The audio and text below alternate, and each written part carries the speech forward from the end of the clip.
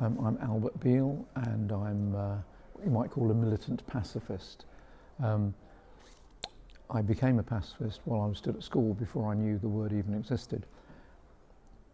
In my school days, there was still capital punishment in Britain. And I remember one day somebody was being executed, and one of the kids in my class said to the teacher, "What's that all about?" And the teacher said, "Oh, he's being executed to show that killing people is wrong." And I thought, there's something wrong with the logic of that. I didn't quite know what was wrong, but it didn't make sense. I should say that my background academically is in maths and physics and rationalism. I'm an atheist pacifist. I'm a very anti-religion pacifist. Although I network happily with religious pacifists, I don't understand them, but I'm very happy to work with all sorts of pacifists. I work with where I've got common ground with people. I'll work with them.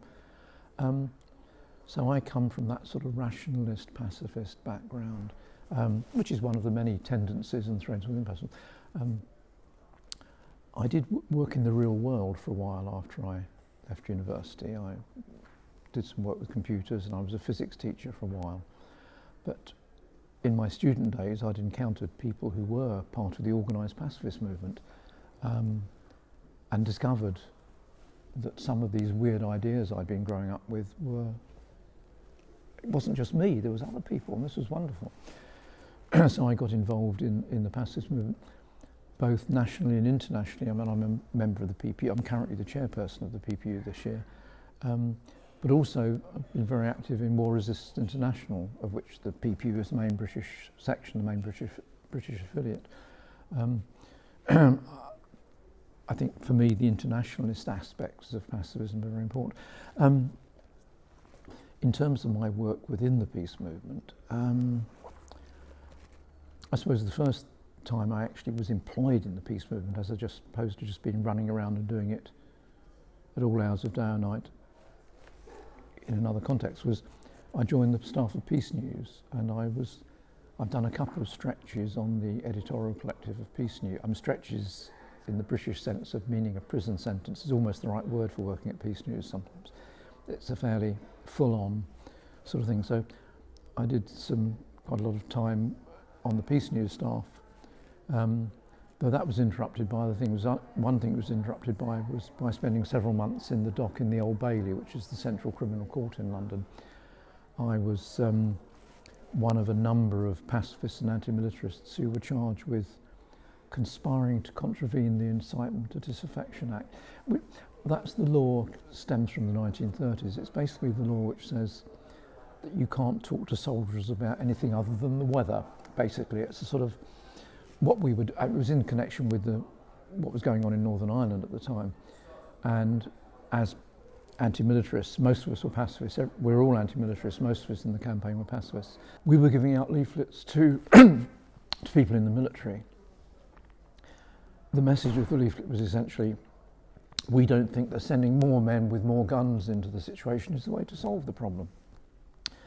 If you happen to think like us, you might like to choose to throw down your weapons and leave the army. Here are some ways of doing it. Some are legal, some are not. But this was seen as not a very good thing to do.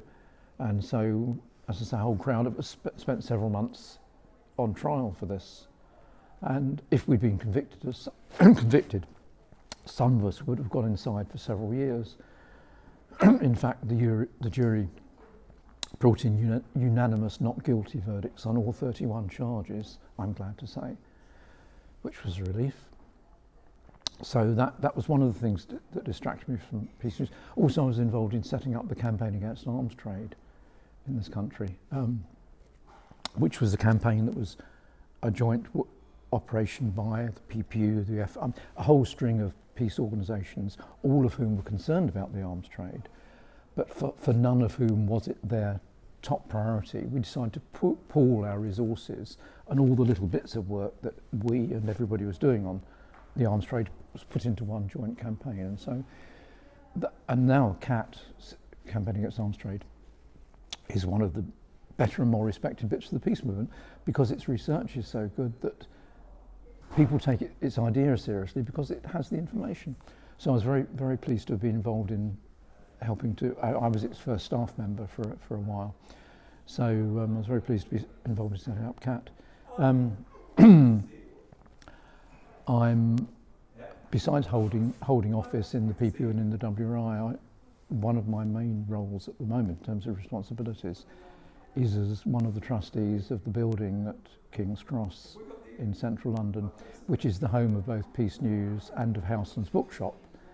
And it's 60 years this year. It was 1959 that the building opened in not that I was involved at the time, in our hands, in safe hands.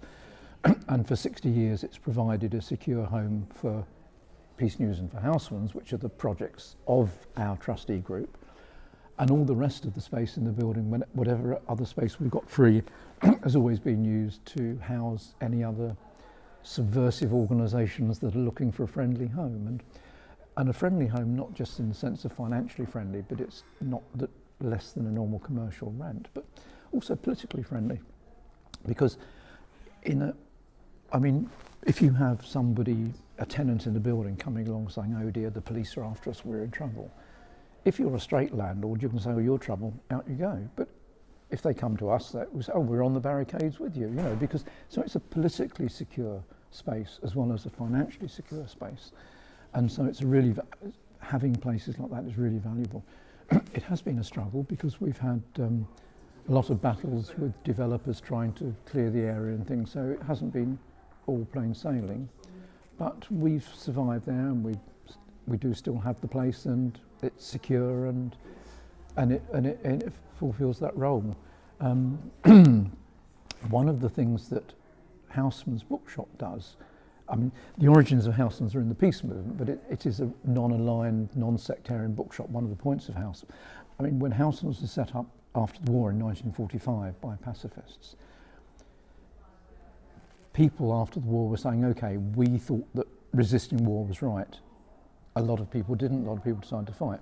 How do we persuade other people that you don't need to fight? Even though there are problems, you don't need to fight over them. And so the idea was to have a bookshop which would address the problems of the world, which would be open to all sorts of radical ideas, all sorts of progressive ideas, not just pacifist ideas, not even just peace movement ideas, but every conceivable issue that people struggle over. The bookshop was open to having progressive material about everything and anything from all sorts of conflicting tendencies, sometimes different. You've got Marx next to anarchism, but that's fine. That's what the shop is for, to be open to having that dialogue. And so the shop is, in that sense, an outreach of the peace movement, but it's not just a peace movement shop. One of the things that the shop has been producing since the 1950s is an annual peace diary. And one of the features of the diary, it has a directory of peace organisations as part of the diary. And for some years now, I've been involved, as a volunteer job for the shop, I edit the diary each year, but also more specifically, some years ago I said to the people who were then producing the diary, I said, the directory in the back could be a bit better organised, it should be computerised. And they said to me, okay, go off and do it. So I thought, me and my big mouth. So I ended up being stuck with computerising that database, and I've been doing that ever since. So there is now a database which is online, and an edited version annually goes in the peace diary. So in a sense, that's my official job, is editing a database, international database of peace organisations, but I don't have much time for it because I'm doing work to produce the diary for the shop. I'm helping to run one of the trustees of the building, there's the PPU, there's the WRI, and there's all my own personal struggles. I live in central London, I live in an area which is under threat all the time, battling with the local council, battling with planners and developers. So living in a hectic urban environment in the middle of London, if you have a conscience, is not a very easy thing. It's a full-time job, just existing and not giving in to all the people who are trying to do what they want to do and you don't want them to. So, but my core work is in the militant pacifist movement, if you like. That's my core work. Many other campaigns, environmental campaigns, transport campaigns, public ownership campaigns, housing campaigns. I do have my finger in a lot of things, but my core philosophy has always come from the non-violentist, radical non-violent. Peace News's subtitle has often been for non-violent revolution. And that for me, when I first came across Peace News in my student days, and people said it's a non-violent revolution, that rang bells for me, and that was kind of crystallised a lot of where I'm at and what I've done and still try to do. Can you tell us a bit more about Peace News, significance of Peace News? Well, Peace News was set up in the 1930s, not long after the PPU was set up, and the two became officially linked quite soon. So they worked together, and Peace News was in fact a lifeline for conscientious objectors in Britain during the war. It was the paper which everybody read to hold together that movement. Although it was officially linked to the PPU for many years, after the war there came a time when, because of the journalistic requirements of Peace News, it was giving a lot of space to the new direct action campaign struggling against nuclear weapons, for nuclear disarmament and so on. And some people around the PPU thought that it was spending too much time struggling against that rather than the underlying issues of resistance to all war. Not that its politics had changed, but its editorial focus had moved. So the two decided to stop having a formal relationship, although obviously there's a lot of overlap of people and the friendship and the comradeship has continued since. But Peace News has since then not been officially a paper of the PPU for a long time now. In terms of what peace activists can do in the future, I mean, it rather depends on your political philosophy. I mean, many peace activists, as with many other radical groupings, spend their time being very defensive. You know, we live in a world where some things are getting worse. In the British political context, it's not very pleasant at the moment. And so we all get sucked into just defending our position against things getting worse. But I do think, particularly if you're at the pacifist end of the movement, we have a vision which is so different. It's not just within the normal political spectrum. The non-violentist radical worldview is facing in a different way altogether.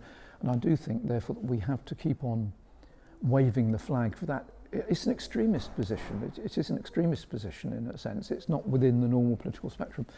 And I think rather than only being part of campaigns to stop things getting worse, we also have to keep flying the flag for a very different vision of how the world could be completely different. And that, for me as a pacifist, is really crucial.